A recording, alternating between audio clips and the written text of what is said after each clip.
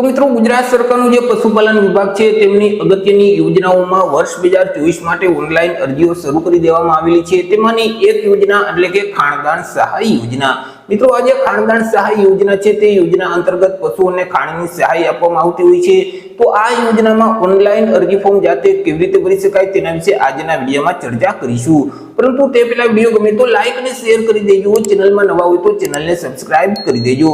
તો ચાલો મિત્રો વિડીયોની શરૂઆત કરીએ। તો સૌથી પહેલા મિત્રો તમારે તમારા મોબાઈલમાંથી અથવા તો લેપટોપ કે પીસી માંથી કોઈ પણ એક ઇન્ટરનેટ બ્રાઉઝરને ઓપન કરવાનું રહેશે અને ત્યાં સર્ચ બોક્સમાં ટાઈપ કરવાનું રહેશે આઈ ખેડૂત। એવું મિત્રો તમે આઈ ખેડૂત ટાઈપ કરી તમે તેને સર્ચ કરશો તો આઈ ખેડૂતની જે ઓફિશિયલ વેબસાઇટ છે iKhedoot.gujarat.gov.in તે વેબસાઇટ તમને સૌથી પહેલા જોવા મળશે। તે વેબસાઇટ ઉપર ક્લિક કરી દેવાનું રહેશે। વેબસાઇટ ઉપર ક્લિક કરશો એટલે આઈ ખેડૂતનું પોર્ટલ ઓપન થઈ જશે। તમને આ મુજબની એક સ્ક્રીન જોવા મળશે। હવે અહીં જે મેનુ આપેલ છે તેમાં યોજનાઓનો ઓપ્શન જોવા મળશે। તે ઓપ્શન ઉપર ક્લિક કરી દેવાનું રહેશે જેથી કરી ફરીથી આ મુજબની એક સ્ક્રીન ઓપન થઈ જશે। હવે મિત્રો આજે આપણે જે યોજનામાં ઓનલાઈન અરજી ફોર્મ ભરીશું તે જે પશુપાલન વિભાગ છે તેમના તરફથી અમલમાં મૂકવામાં આવેલી છે। જેથી કરી અહીં તમને એક ઓપ્શન જોવા મળશે પશુપાલનની યોજનાઓ માટે। અહીં ક્લિક કરો તો તેની સામે જે ક્લિક કરવાનું જે બટન છે તે બટન ઉપર ક્લિક કરી દેવાનું રહેશે જેથી કરી મિત્રો એક નવા ટેબમાં આ મુજબની સ્ક્રીન ઓપન થઈ જશે અને પશુપાલન વિભાગ તરફથી જેટલી યોજનામાં ઓનલાઈન અરજીઓ શરૂ હશે તેનું લિસ્ટ જોવા મળશે। હવે મિત્રો તમે જો અનુસૂચિત જનજાતિના પશુપાલકો હોય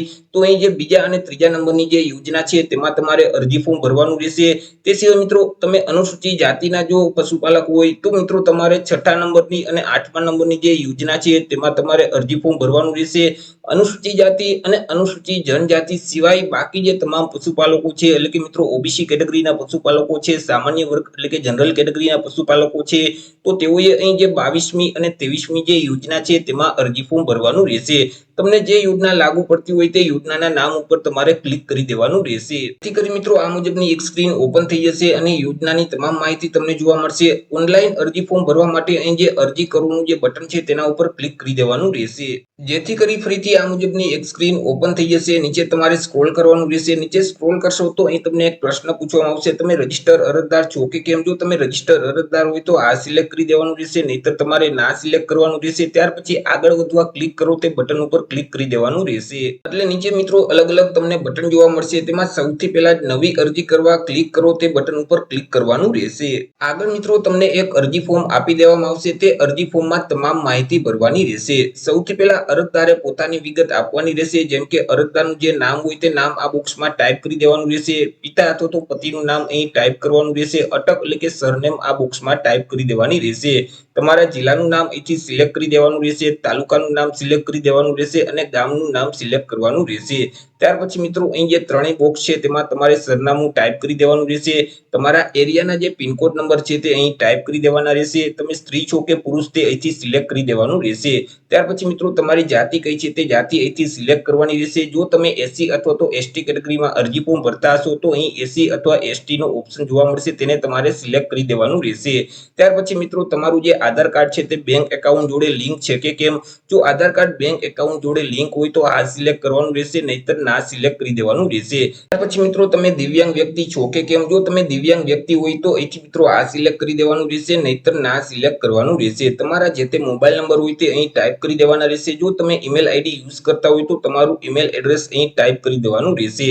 ત્યાર પછી મિત્રો તમારા આધાર કાર્ડ નંબર આ બોક્સમાં ટાઈપ કરવાના રહેશે। આધાર કાર્ડ માટે અહીં ડિક્લેરેશન આપેલ છે તે વાંચી એક્સેપ્ટ કરવા માટે ચેકબોક્સમાં ટિક કરી દેવાનું રહેશે। ત્યાર પછી મિત્રો ગાય અથવા તો ભેંસ છે તો તેના જે કાન ઉપર મિત્રો જે કડી લાગેલું હોય તે કડીનો નંબર આ બોક્સમાં ટાઈપ કરી દેવાનો રહેશે, એટલે કે જે ટેગ નંબર હોય તે ટાઈપ કરવાનો રહેશે। ત્યાર પછી મિત્રો તમારી પાસે ગાય કેટલી છે તેની સંખ્યા અહીં લખી દેવાની રહેશે।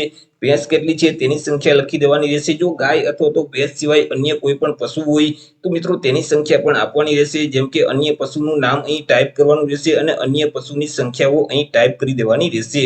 મિત્રો આ યોજનાનો લાભ તમે ક્યારે લીધેલ છે કે કેમ। જો યોજનાનો લાભ લીધેલ હોય તો અહીં મિત્રો જે છેલ્લો ઓપ્શન સિલેક્ટ કરવાનો રહેશે અને છેલ્લે કયા વર્ષમાં આ યોજનાનો લાભ મેળવેલ છે તે વર્ષ અહીંથી સિલેક્ટ કરી દેવાનું રહેશે।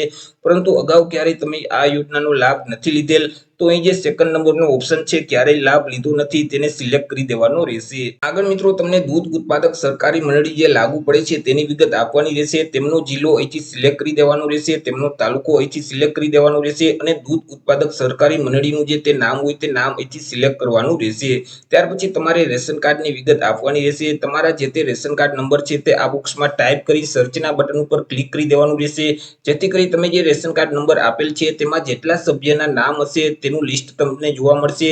તેમાંથી મિત્રો અરજદારે પોતાનું નામ સિલેક્ટ કરી દેવાનું રહેશે. ત્યાર પછી અહીં જે કેપ્ચા કોડ આપવામાં આવેલું છે સેમ તે કોડ આ બોક્સમાં ટાઈપ કરવાનું રહેશે અને અરજી સેવ કરો તે બટન ઉપર ક્લિક કરી દેવાનું રહેશે.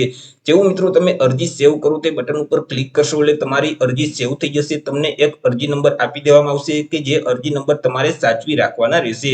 હજી આગળ મિત્રો તમારે તમારી અરજીને કન્ફર્મ કરવાની રહેશે. જ્યાં સુધી તમે તમારી અરજીને કન્ફર્મ નહીં કરો ત્યાં સુધી મિત્રો અરજી તમારી માન્ય રહેતી નથી. અરજી ફોર્મને કન્ફર્મ કરવા માટે અહીં તમને એક ઓપ્શન જોવા મળશે, અરજી કન્ફર્મ કરવા ક્લિક કરો તે બટન ઉપર ક્લિક કરી દેવાનું રહેશે. જેવું મિત્રો તમે તે બટન ઉપર ક્લિક કરશો એટલે ફરીથી આ મુજબની એક સ્ક્રીન ઓપન થઈ જશે. તમને જે અરજી નંબર આપવામાં આવેલ છે તે અરજી નંબર આ બોક્સમાં ટાઈપ કરી દેવાના રહેશે. તમારા જમીનના ખાતા નંબર અથવા તો રેશન કાર્ડ નંબર આ બોક્સમાં ટાઈપ કરવાના રહેશે અને અહીં જે કેપ્ચા કોડ આપવામાં આવેલું છે સેમ કોડ અહીં ટાઈપ કરી સર્ચના બટન ઉપર ક્લિક કરી દેવાનું રહેશે. જેવું મિત્રો તમે સર્ચના બટન ઉપર ક્લિક કરશો એટલે તમે જે અરજી ફોર્મ ભરેલ છે તે અરજી ફોર્મ ઓપન થઈ જશે અને નીચે એક કન્ફર્મનું બટન જોવા મળશે. તે બટન ઉપર તમારે ક્લિક કરી દેવાનું રહેશે. જેવું મિત્રો તમે કન્ફર્મના બટન ઉપર ક્લિક કરી દેશો એટલે તમારું અરજી ફોર્મ છે તે ફાઇનલી સબમિટ થઈ જશે. આગળ મિત્રો તમારે તેની પ્રિન્ટ કાઢી લેવાની રહેશે. અરજી ફોર્મની પ્રિન્ટ કાઢવા માટે અહીં તમને ઓપ્શન જોવા મળશે, અરજી પ્રિન્ટ કરવા ક્લિક કરો તે બટન ઉપર ક્લિક કરી દેવાનું રહેશે.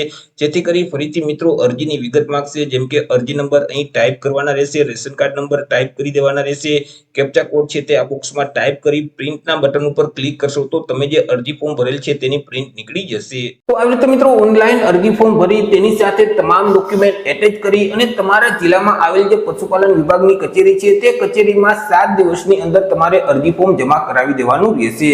તો આશા રાખું છું વિડીયો પસંદ પડ્યો હશે. વિડીયો પસંદ પડ્યો હોય તો લાઈક અને શેર કરી દેજો. ચેનલમાં નવા હોય તો ચેનલને સબસ્ક્રાઇબ કરી દેજો. ફરી મળીશું એક નવા ટોપિક સાથે એક નવા વિડીયોમાં. ત્યાં સુધી જય હિન્દ, વંદે માતરમ.